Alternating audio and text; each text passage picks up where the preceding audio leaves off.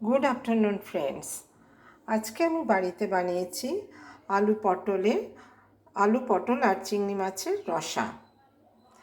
এটা কিভাবে বানালাম সেটা তোমাদের বলে দিচ্ছি। প্রথমে চিংড়ি মাছটা খানিকটা পরিমাণে চিংড়ি মাছ নিয়েছিলাম। এই চিংড়ি মাছটাকে নুন হলুদ মাখিয়ে এটাকে ভেজে তুলে রাখলাম।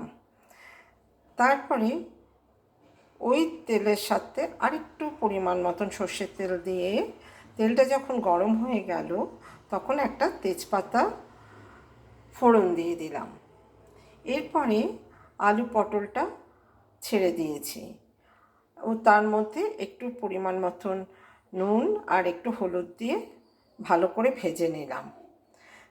আলু পটলটা যখন ভাজা হয়ে গেল তখন 2 চামচ মতো জিরে বাটা, লঙ্কার গুঁড়ো আর 1 চামচ মতো চিনি, আর যেহেতু আগে একটুখানি নুন আর হলুদ দিয়েছিলাম তার জন্য 1/2 চামচ মতো হলুদ দিয়েছি আর 1/2 চামচ মতো নুন দিয়ে এবারে কষাতে শুরু করলাম।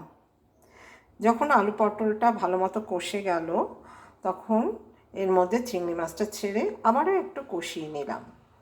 এরপরে অল্প পরিমাণ জল দিয়ে স্টিমে ঢেকে আলু পটলটা সেদ্ধ করতে দিলাম। যখন আলু পটলটা হালকা সেদ্ধ হয়েছে তখন আমি এর মধ্যে 1 চামচ মতো গরম মশলা বাটা দিয়ে দিয়েছি। দিয়ে আবার একটু কষিয়ে নিয়ে অল্প পরিমাণ জল দিয়ে ঢেকে দিলাম। এরপরে নামানোর আগে 1/2 চামচ মতো ঘি দিয়ে